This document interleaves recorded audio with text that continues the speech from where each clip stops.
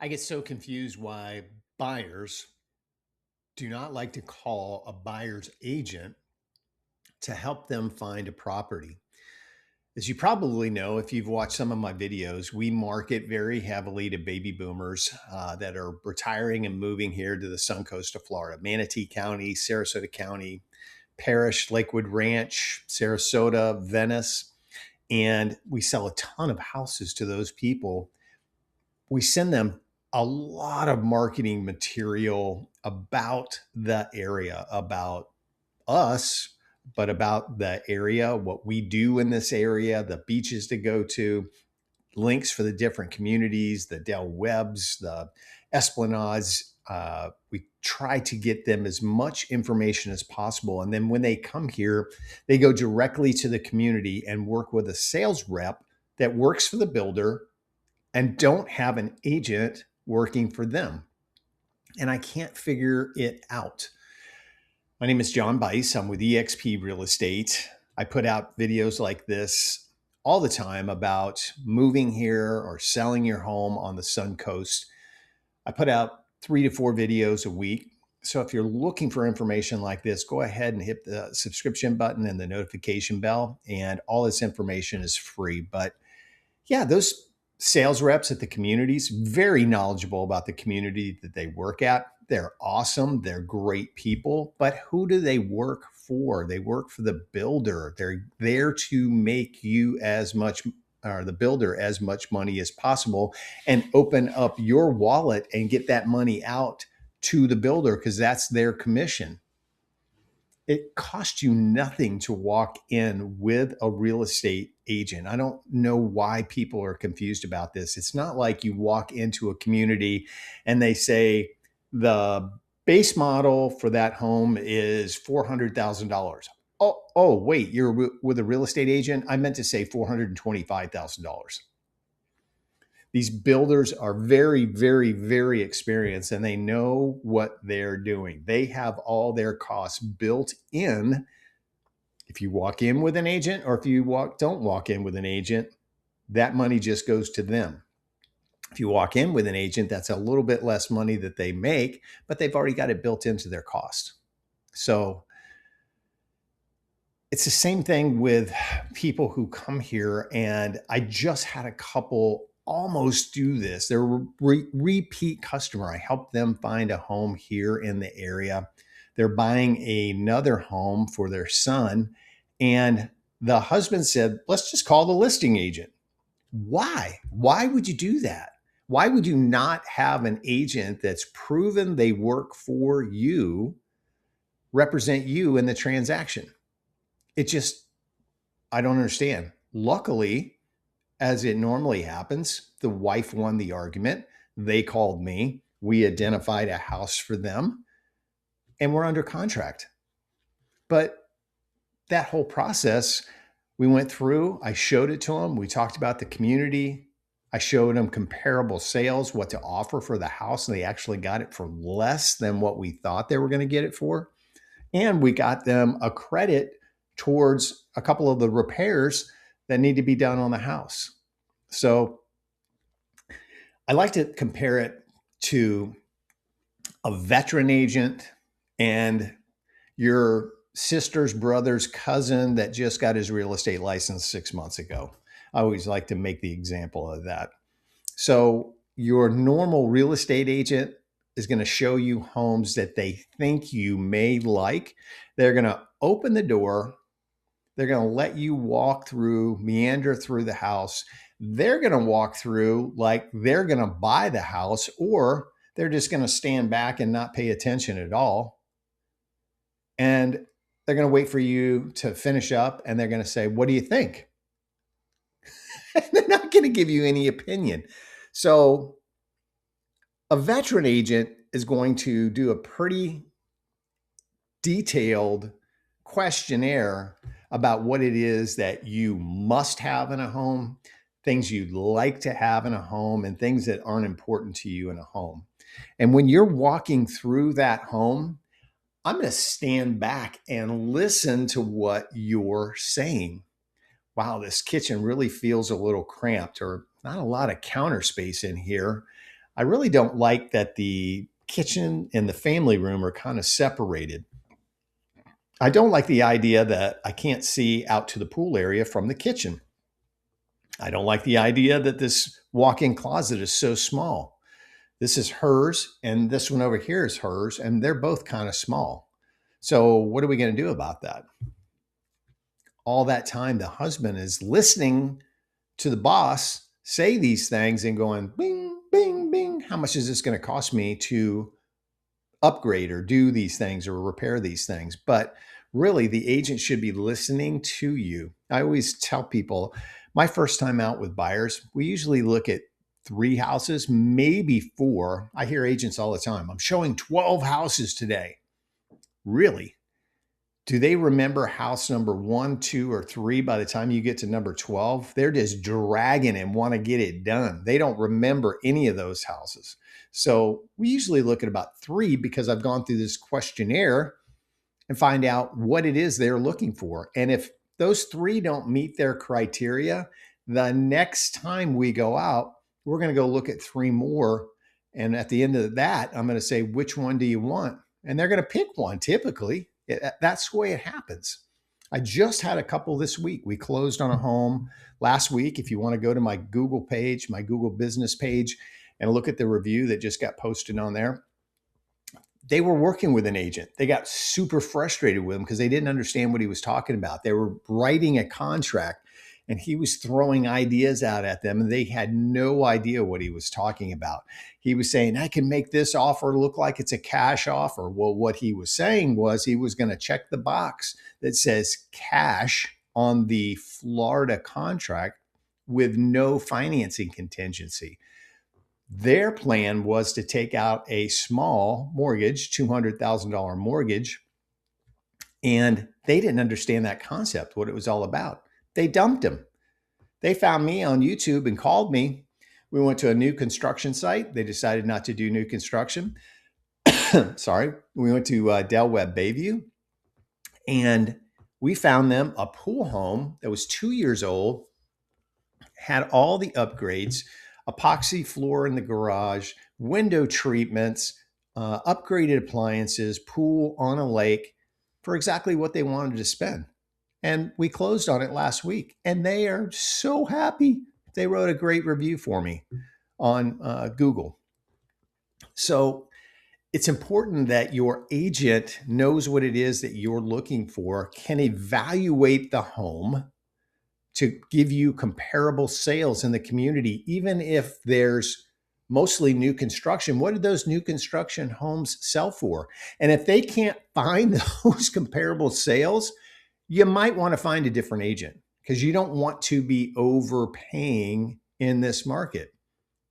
You want to know what your possible return on investment is going to be in 5 or 10 years down the road when you sell that house.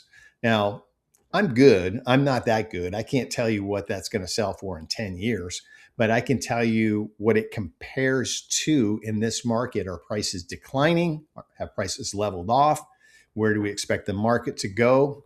And your agent should be able to spit out all of those answers to you. And if you're asking those questions and they have no idea, you might want to think about that.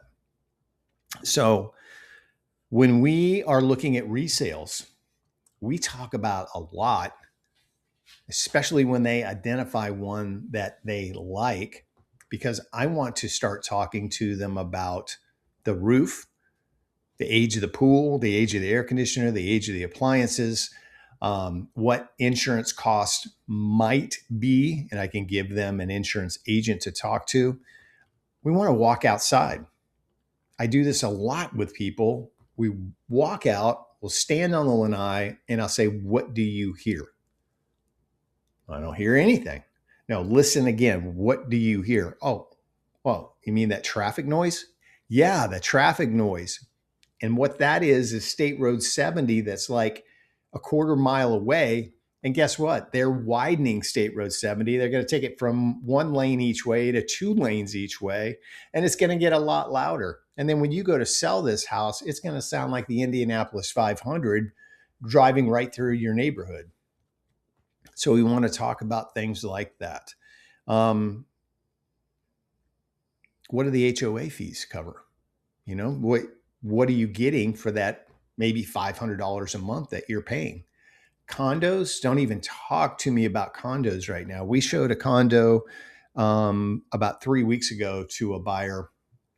It was $2,400 per month for the condo fees. Why? They have been keeping up with the assessments in the community because some of these condos are 800, a million, a million five. And the management companies knew if they had an assessment, they had to repave the roads or they had to redo the roofs, and it was $100,000 assessment.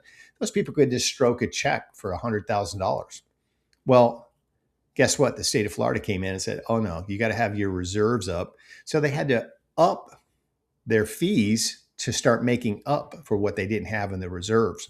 And guess what? The insurance on those condos has gone crazy. So it's important that a agent can explain that to you and know that when they're showing you those condos. Looking at my notes, a veteran agent will have resources for you. Mortgage people, repair people, pest control people, air conditioning people, whatever it is that you need, they're going to have a reliable resource for you, especially if you're buying a resale home. If you're buying new construction, do they have a home inspector that does new construction home inspections for you? If you're buying a resale home, do they have a really reliable home inspector that can go through the house, look at everything in detail, do a termite inspection, recommend things to you? Do they have a home or a pool person to go through, a roofer to refer to? All of those are so important when you're buying a home here in Florida. You need to know those. Title insurance. It's negotiable here in Florida. A lot of real estate agents don't realize that. A lot of real estate agents think, oh, the seller pays for title insurance. But we have something here. It's called pick and pay, we call it. So if you pick and pay, if you pay for the title insurance, you can pick the title company that closes for you. Now, what I do is I work with a real estate attorney here. It costs you no additional money if you pay for the title insurance, and she represents you in the transaction. And trust me, there are a million things that can go sideways. We have a property that was supposed to close today, the day I'm making this video, but the buyer that we're working with had to travel out of town, had an emergency and had to travel out of town. So the real estate attorney's office made sure that they were able to FedEx all the paperwork up to New York in time to have them, when they arrived up there, sign the paperwork, get it back in a FedEx package today. They actually sent it up yesterday so they could go to a notary, have it signed today, FedEx it back to us so we can close on Monday. Just an example of something that can happen. We've had one recently where the buyer for our listing was selling a company. The deal didn't go through, but we had $40,000 in non-refundable escrow money for the sellers. The deal didn't go through on the buyer side. That business didn't close. They couldn't move forward, but we had $40,000 for the seller to cover their closing costs and plenty more. Trust me, a lot more. But yeah, that's why we had the attorney representing our sellers in the transaction. So it's negotiable. It's one of those things you got to know. And there's a million things that can go sideways. So if one of those things happens, you want that attorney representing you in the transaction. Overall, you just want somebody that's very concerned about the transaction for you. They're not trying to make a paycheck. They want to know what it is you're looking for, what's important to you. And at the end of the transaction, they don't just lose you and you never hear from them again. They want to check in on you and they want to make sure you're happy with what you got. All right. So I've seen it recently where people who were buying in 2022 went under contract in 2022, maybe new construction closed in 2023. They worked directly with the sales rep at a not a retirement community, but a Del Webb community, 55 plus. And guess what? They got slaughtered because they decided either they wanted to sell the house for this reason or that reason. I've seen two that have lost $100,000 from where they purchased in 2022 to selling in 2026. I've seen two of them recently. They didn't have somebody working with them as an agent to go, look, we're at the absolute peak of the market. This is the absolute worst time you can possibly be buying a house. I was telling people that back then. Don't come here now because builders are just taking names on a wait list. And then when your name comes up, they're going to call you and go, hey, you want to overpay for a house? Or resales. I saw people paying $100,000 over the list price just because they wanted to get to Florida. It was crazy. I was telling people, do not come here now. And this is how I make a living. But anyway, that's enough of a rant. I hope this helped. Call a real estate agent. Do your research. Go online. Look people up. Look me up. See what kind of reviews they have online and find yourself a buyer agent if you're going to be a buyer here that can work with you, that can give you the information about a new construction community, about resales, about what's happening in the area. If they can't tell you exactly what's going on in the area, how to figure out your taxes, what a CDD fee is, find somebody who can. That's all I can say. So if you want to get in touch with me, you can call me. My cell phone number is 941-962-7443. I'd love to talk to you about all this information and help you make a wise, informed decision before you make this huge investment. That's what I'm here for. I love to help people do that. And I love, just like the Google review I got today, they're ecstatic. They're sitting out at their pool right now with a glass of wine, looking at the lake and listening to the pool, make its little gurgling noises. So I'd love to help you get in the same situation. Okay. Thanks for watching. Don't forget to subscribe to the channel, and I'll see you on the next video.